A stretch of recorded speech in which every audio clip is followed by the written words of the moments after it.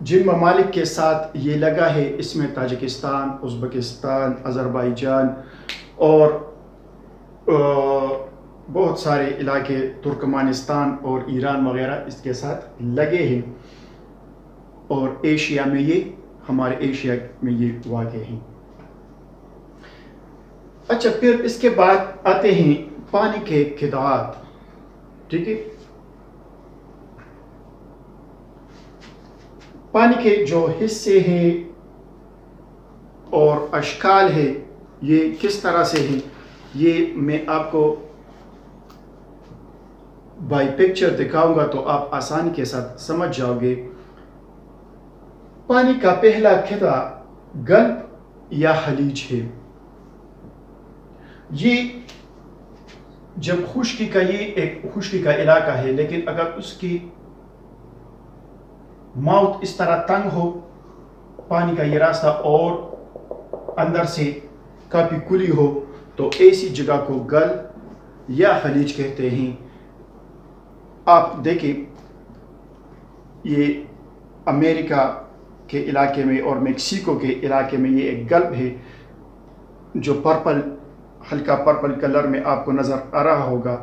اس کا یہ والا حصہ تھوڑا سا کھلا ہے اور باقی چوڑا ہے، تو ایسے علاقے کو گلف کہتے ہیں۔ بے، آپ دیکھیں خلیج بنگال اس کا ایک آسان اگزامپل ہے۔